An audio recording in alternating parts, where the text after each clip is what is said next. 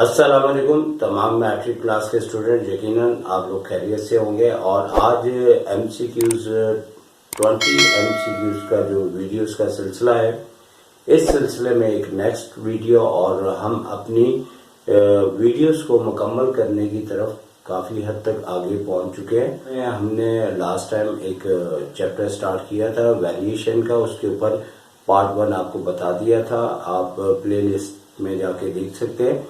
इस सिलसिले में आज सेकंड पॉइंट आपकी खिदमत में पेश किया जा रहा है और इस सेकंड पॉइंट के अंदर आपको कुछ पॉइंट हमने यहाँ पे नोट किए हैं जो कि पेपर में आते रहे हैं और आने के चांसेस हैं। तो ये याद रहे कि मोस्ट इम्पॉर्टेंट पॉइंट्स जो आपके एग्जाम में 30-40 ईयर की हिस्ट्री में आ चुके हैं और आते हैं, उन्हीं को ही हम डिस्कस कर रहे हैं। लेकिन एग्जाम के करीब वो पॉइंट्स जो कभी नहीं आए उनको भी हम डिस्कस करेंगे, लेकिन एग्जाम से चंद दिन पहले कुछ जो नए पॉइंट्स आते हैं उसके लिए हमने इन 20 वीडियोस के अंदर भी चंद एक्स्ट्रा पॉइंट्स बताए, लेकिन बाद में हम मजीद एक्स्ट्रा पॉइंट्स आपको बताएंगे। तो सबसे पहले यहाँ पे हमारी एक मतलब के MCQs है, जैसे नंबर 1 है, आप देख रहे हैं इसके अंदर लिखा हुआ है the duplicate ratio of 2A ratio 3B is dash. अब ये MCQs कुछ इस तरह से है कि हमारे पास जो डुप्लीकेट रेशियो कहा जाता है, सिंपल तरीके से अगर आप सीखना चाहें तो सिर्फ इसका जवाब यह है कि डुप्लीकेट रेशियो जब कहा जाता है तो दोनों रेशियो का हमें स्क्वायर कर देना होता है और उसके बाद वो उसका आंसर आ जाएगा। अब जैसे कि 2A रेशियो 3B लिखा हुआ है, तो इस सूरत में आप 2A का जो आंसर है यानी 2A को आप करेंगे स्क्वायर के बाद 4A स्क्वायर कर देंगे और इसी तरह आपने 3B को कर देना है 9B स्क्वायर। यानी कि जब आपको डुप्लीकेट रेशियो कहा जाएगा तो इस सूरत में जो आपको दोनों नंबर यहाँ पे दिए हुए हैं रेशियो की सूरत में, आपने दोनों नंबर्स का स्क्वायर कर देना है और वो आपका आंसर हो जाएगा। अब बात करते हैं नंबर 2 पे। तो नंबर 2 में सिर्फ ये फर्क है कि ये इससे अपोजिट है और यहाँ लिखा हुआ है the sub duplicate ratio of 49 ratio 25 is dash. तो जिस तरह की हमने डुप्लीकेट के अंदर दोनों का स्क्वायर किया था, सब डुप्लीकेट में दोनों का रूट ले लेंगे। अब जैसे अगर दोनों का रूट लिया जाए तो जैसे कि 49 दिया हुआ है 49 रेशियो 25, अगर हम इसका भी रूट ले लेंगे और इसका भी ले लेंगे तो इसके बाद इसका आंसर 7 और इसका आंसर 5 आ जाएगा। तो हम थर्ड MCQs के ऊपर आते हैं और लिखा हुआ है the triplicate ratio of 2x ratio 1 is dash. तो दोनों ऊपर के पॉइंट के लिहाज से ये भी पॉइंट काफी हद तक उसी तरह है, लेकिन सिर्फ एक बात है कि ट्रिप्लिकेट कहेंगे तो दोनों रेशियोज का हमें क्यूब करना होगा। तो लिहाजा जैसे ही हम रेशियोज का क्यूब करेंगे तो 2x का जैसे ही हमने क्यूब किया, इसी तरह 1 का भी क्यूब करना है। 1 आपको पता है कि ऐसा नंबर है जिसका क्यूब करने पे भी 1 ही आता है, लेकिन यहाँ पे 8x क्यूब हो जाएगा और रेशियो के बाद 1 हो जाएगा और यही इसका आंसर होगा। अब तमाम बच्चे ये नोट करें कि ये तीनों जो पॉइंट्स हमने आपको एक्सप्लेन किया है, ये पॉइंट आने के बहुत चांसेस है, लेकिन ये हो सकता है कि जैसे अगर आप सारे पॉइंट्स देखें इनके अंदर जो वैल्यूज दी है वो डिफरेंट कर दें। तो समझ हमारे नज़दीक क्या है कि भाई हमने करना कैसे। लेकिन अगर हम पहले की बात करें, जैसे 2A रेशियो 3 भी लिखा है तो इसकी जगह 2 रेशियो 7 भी दिया जा सकता है, 5 रेशियो 9 भी दिया जा सकता है। इसी तरह सेकंड के ऊपर बात करो तो वहां पे भी वैल्यू चेंज हो सकती है और थर्ड के ऊपर बात करो तो वहां पे भी वैल्यू चेंज हो सकती है। तो वैल्यू का चेंज होना ये नहीं कि MCQs हमारी वहां नहीं आई, बल्कि MCQs में वैल्यू चेंज होना तो कोई इश्यू नहीं है, वैल्यू चेंज हो सकती है। अलबत्ता कभी इस तरह का पॉइंट आए तो जरा उसको समझ लीजिएगा कि अगर वो इस तरह की वैल्यू देता है, जैसे अगर बात करते हैं सब डुप्लीकेट की, तो सब डुप्लीकेट में नंबर 2 के ऊपर जो हमने बात की थी, अब अगर आपको वहां पे 25 और यहाँ पे रेशियो 7 देता है, तो अगर इस तरह की रेशियो देता है तो हो सकता है कि छोटी सी बात पे भी आप कंफ्यूज हो जाए। तो भाई इस सब डुप्लीकेट में हमने जैसे ही रेशियो लेना है तो इन दोनों का रूट ले लेना, तो ये तो 5 आ जाएगा, लेकिन ये रूट 7 ही रहेगा, क्योंकि ये रूट से नहीं निकलता तो नहीं निकालेंगे। तो मैंने ये कहा कि इस पॉइंट के साथ आपका ये भी पॉइंट क्लियर होना चाहिए कि स्क्वायर तो हो जाता है, क्यूब भी हो जाता है, लेकिन स्क्वायर रूट जैसे ही हम लेते हैं तो अगर ऐसा वो नंबर देते हैं जो रूट से बाहर नहीं निकलता, या कभी कभार ऐसा होता है कि रूट के अंदर 24 आ जाता है, तो हमें मैथ्स के रूल्स के मुताबिक इसके फैक्टर बना के इसमें से जो बाहर निकले, जैसे 2 इंटू 2 इंटू 2 इंटू 3, तो यहाँ पे इसका पेयर बना के 2 बाहर निकाल देंगे और 6 अंदर रहेगा। तो इसके बाद हम आपको मजीद पॉइंट्स बताते हैं, और इन 3 पॉइंट में से तकरीबन 1 पॉइंट आने के तकरीबन 90% चांसेस हैं। तो अब जो इसके बाद है उसके भी तकरीबन 95-97% उसके भी चांसेस है। 100% भी मैं कहने को कह सकता हूँ, लेकिन मसला यह है कि कुछ चांसेस ऐसे भी होते हैं कि वो पॉइंट नहीं आए। तो अब चलते हैं अगले 3 पॉइंट्स के ऊपर, और तो अब नंबर 4 पॉइंट के ऊपर आते हैं, जो कि बहुत ही इम्पोर्टेंट है। और इसमें आपने करना क्या है कि the third proportional to 3,6 are dash. हमें 3 और 6 दो नंबर्स दिए गए हैं, और इसका थर्ड प्रोपोर्शनल आपने फाइंड आउट करना है। पहले एक बात नोट करें कि हमें जब 2 नंबर्स दिए जाते हैं तो इसका मतलब ये होता है कि हमें एक ए और दूसरा बी नंबर दिया गया, और जब भी थर्ड प्रोपोर्शनल कहते हैं तो इसकी अरेंजमेंट इस तरह से होती है कि हम इसमें थर्ड प्रोपोर्शनल के लिए इसको इस तरह से अरेंज करेंगे कि A ratio B proportional B ratio X, यानी एक्स वो नंबर है जो कि आपने पता करना है। तो जब आपको 2 नंबर्स दिए जाए तो थर्ड प्रोपोर्शनल अगर आपने फाइंड आउट करना है तो हम इस सेटिंग से फाइंड आउट करेंगे। और जैसे कि फर्स्ट नंबर 3 आपका और सेकंड नंबर चूंकि 6 है, वो 2 बार लिखा जाएगा, और 2 बार लिखने के बाद बी की जगह यहाँ पे भी 6 आएगा, और एक्स हमारा थर्ड प्रोपोर्शनल होगा जो हमें फाइंड आउट करना है। अब होता यह है कि रेशियो का मतलब होता है अपॉन, और प्रोपोर्शनल का मतलब होता है इक्वल टू 6 अपॉन एक्स हो गया। अब यहाँ पे 3 को इससे कैंसिल करेंगे तो 2 आ जाएगा, और मजीद आगे चलाते हैं तो x यहाँ से क्रॉस मल्टीप्लाई होने के बाद x आ जाएगा, क्योंकि ये 1 हो चुका है, और 2 को 6 से मल्टीप्लाई करेंगे तो कितना हो जाएगा, 12 हो जाएगा।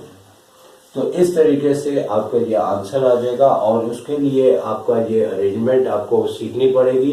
तो x यानी कि आपका थर्ड प्रोपोर्शनल है, तो इसका आंसर जो है वो आपका, यानी कि x तो हमने कहेंगे हमारे पास ऑप्शन होगा, तो इस ऑप्शन का जो आंसर होगा वो 12 आंसर आपका होगा।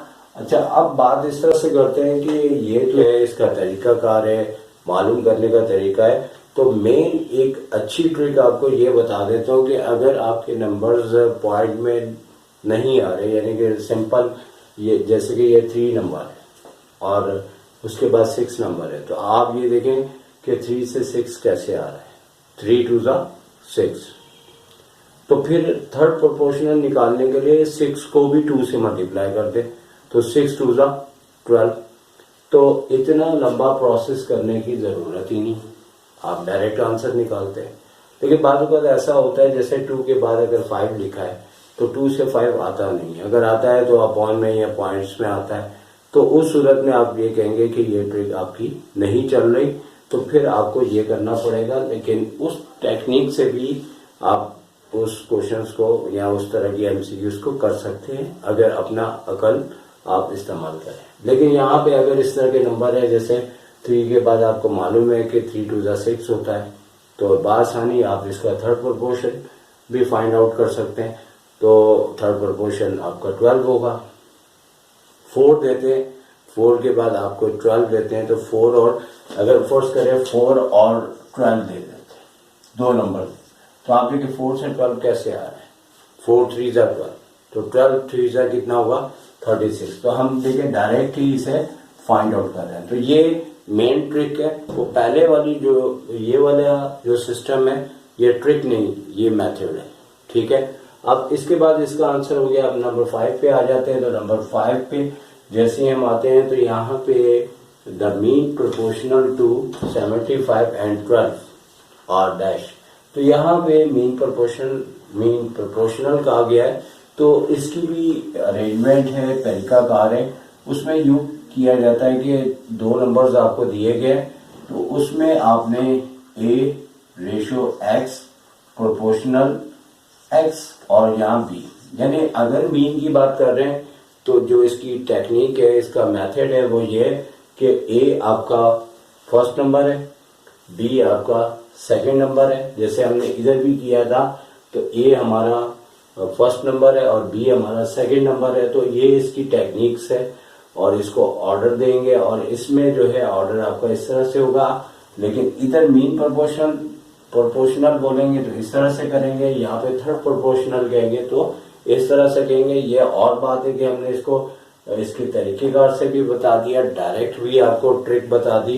तो यहाँ पे भी हम आपको ट्रिक बता देंगे, लेकिन जो ओरिजिनल इसका तरीकाकार है वो यही है। अब आप देखेंगे पहला नंबर 75 है तो यहाँ पे 75 आ जाएगा और उसके बाद x वो नंबर है जो आपने मालूम करना है। तो मीन प्रोपोर्शनल बोलेंगे तो x को रिक्वायरमेंट होती है, बीच में 2 बार आता है और इसके बाद यहाँ पे भी आ जाएगा और b हमारे पास कितना है 12 है। अच्छा, फर्दर हम इसे सॉल्व करेंगे तो ये 75 अपॉन x आ जाएगा इक्वल्स टू के बाद x अपॉन 12 आ जाएगा। अब x को x से मल्टीप्लाई करेंगे तो x स्क्वायर आ जाएगा और 75 को 12 से मल्टीप्लाई करेंगे तो आपके पास 900 आ जाएगा। अब चूंकि हमें x की वैल्यू फाइंड आउट करनी होगी तो इस सूरत में हमें दोनों साइड स्क्वायर रूट लेंगे और इधर भी और यहाँ प्लस माइनस का साइन का इस्तेमाल करेंगे। इसमें 2 बातें होती है कि देखा ये क्या है कि एग्जाम में कभी कभार प्लस माइनस का साइन नहीं देते, कभी कभार दे देते। तो अब ये कि स्क्वायर रूट जब भी आता है प्लस माइनस की साइन लगाई जाती है। तो आप ये देख लेंगे कि आपके पास ऑप्शन में प्लस माइनस का साइन है तो आप उसे टिक करेंगे, अगर नहीं है तो आप मतलब जो भी इसका आंसर है प्लस में वो उसी को टिक करेंगे। लेकिन जब इसका तरीकाकार अप्लाई किया जाता है तो इस सूरत में प्लस माइनस में आएगा। अब 900 कैलकुलेटर से करना चाहे तो कर लीजिएगा, 30 आएगा तो x आपका आंसर कितना आ गया तो 30 आ गया। अच्छा, ये तो था इसका तरीकाकार जो मैंने आपको करके बताया। अब अगर फर्ज करें कि आप इस टेक्निक को लाजमी समझेंगे, कभी कभार एग्जाम में ये भी नोट करने के पॉइंट इस तरह से आ जाता है कि ये चीज देने के बाद वो कहते हैं कि x इसमें कौन सा प्रोपोर्शनल है, तो इस सूरत में x को कहेंगे मीन प्रोपोर्शनल। इसी तरह जो ऊपर हमने अरेंजमेंट दी हुई है, अगर इस तरह से वो लिख के देते हैं जैसे हमने यहाँ पे पॉइंट्स नंबर्स में लिए हैं, लेकिन अगर वो ये लिख के दे देते हैं और कह देते हैं कि x इसमें कौन सा प्रोपोर्शनल है तो वो कहलाएगा थर्ड प्रोपोर्शनल और यहाँ पे x क्या कहलाएगा मीन प्रोपोर्शनल। तो इसके ऊपर और इसके ऊपर चाहे तो अपने पास नोट कर लीजिएगा, वो भी एमसीक्यूज बन सकती है। तो अब इन दोनों को समझाने के बाद हमारे पास इसका आंसर जो भी आया वो आया प्लस माइनस के 30। तो प्लस माइनस के 30 आंसर आने के बाद इसका एमसीक्यूज का आंसर आ चुका है। तो अब नंबर 6 के ऊपर यहाँ पे लिखा है द फोर्थ प्रोपोर्शनल टू 842। अब 842 यानी कि 3 नंबर्स दिए गए हैं और फोर्थ प्रोपोर्शनल आपसे पूछा गया। फोर्थ प्रोपोर्शनल के लिए हमें करना यह है कि इसमें 3 नंबर्स होते हैं, ए बी फिर उसके बाद सी और फिर ये एक्स। अगर हमसे फोर्थ प्रोपोर्शनल पूछें तो ए बी प्रोपोर्शनल सी और रेशियो के बाद एक्स हमारा फोर्थ प्रोपोर्शनल कहलाएगा। तो अब इसके मुताबिक हम तीनों नंबर्स को रखेंगे तो यहाँ पे 8 है और यहाँ पे 4 है और उसके बाद नंबर 2 दिया हुआ है और x हमें फाइंड आउट करना है। तो क्या हो जाएगा 8/4 और यहाँ पे इक्वल्स टू 2/x। तो ये इससे कैंसिल होने के बाद 2 हो जाएगा। तो x जब यहाँ पे आएगा तो 2x हो जाएगा। 2 है तो x के साथ जो मल्टीप्लाई हो रहा है 2 से 2 डिवाइड होने के बाद x का आंसर क्या आ जाएगा 1 आ जाएगा। तो x का आंसर क्या आ जाएगा 1। तो 1 इसका आंसर आ गया और 1 आंसर यहाँ पे हम लिख देते हैं। लेकिन ये भी बात नोट कर लें कि इसमें भी हम जो आपको ट्रिक बता रहे उससे आप आसानी कर सकते हैं। वो इस तरह से कर सकते हैं कि सबसे पहले 8 लिखा है, तो आप देखें 8 से 4 कैसे आ सकता है कि ये 2 से डिवाइड हुआ, तो 8 को 2 से डिवाइड करते हैं तो 4 आ जाता है। तो 4 के बाद 2 भी जो आता है वो 4 को 2 से डिवाइड करने के से आ जाता है। अब 2 को किससे डिवाइड करेंगे कि 4 प्रोपोर्शनल आ जाए, तो 2 को हम 2 से डिवाइड करेंगे तो 1 जो आपका आंसर आएगा वो आ जाएगा। तो कैसी लग रही है ये ट्रिक आपको? अच्छी लग रही है तो अच्छे से कमेंट्स भी आपके होने चाहिए। और इसके बाद एक नंबर 7 पॉइंट भी हमने लिया है, और ये हमारे बहुत पहले किसी दौर में बहुत अच्छे पढ़ने वाले स्टूडेंट नासिर जिनका नाम था और उनकी क्लास 10 में 92% आई थी। ये हमारे कोचिंग के बहुत ही अच्छे स्टूडेंट थे और एनईटी के अंदर फर्स्ट टाइम एंट्री टेस्ट हुए थे जिसमें पूरे कराची में हाईएस्ट इनके मार्क्स आए थे।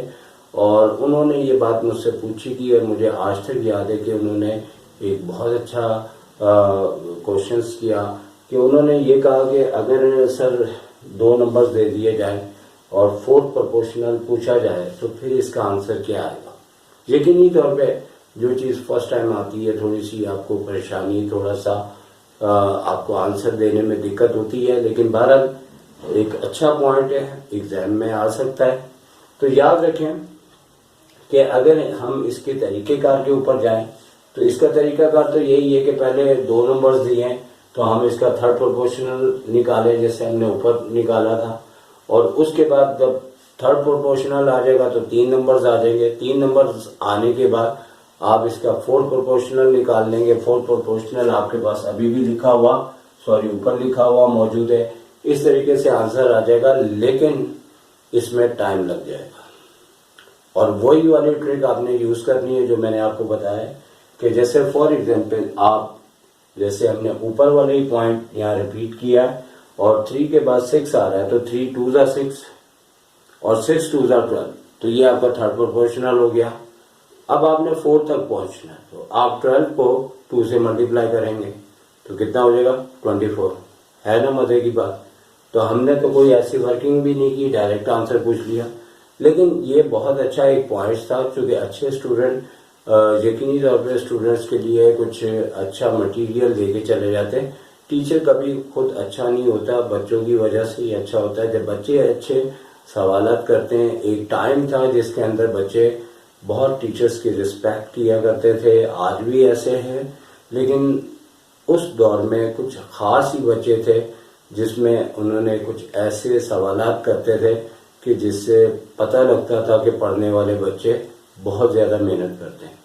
और दिन ब दिन हर चीज़ जैसे कि ग़िज़ाएँ खालिस नहीं रही, इसी तरह बहुत से स्टूडेंट्स जो है वो इस तरह अब पढ़ाई नहीं कर रहे जिस तरह के हमारे दौर में किया करते थे, बल्कि आज से 20-22 साल पहले भी बहुत अच्छा बच्चे पढ़ के गए और यकीनी तौर पे अभी भी है।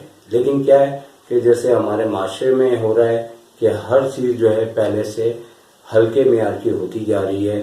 बदकिस्मती से पढ़ाई का भी सिलसिला हमारी आसाइशों के बाद बहुत ही मुतासिर हो रहा है, क्योंकि कुछ काम ऐसे होते हैं जिसमें आपको बहुत मज़ा आता है और कुछ काम ऐसे होते हैं जिसमें मज़ा लेना होता है, जिसमें तालीम भी है। अगर आपको तालीम में मज़ा आएगा तो आप अच्छा पढ़ेंगे, लेकिन आपको उससे अच्छी चीज़ें प्रोवाइड की जाएंगी तो यकीनी तौर पे तालीम में आपको वो शायद मज़ा ना आए जो कि आपको दूसरी एक्टिविटी में आता है।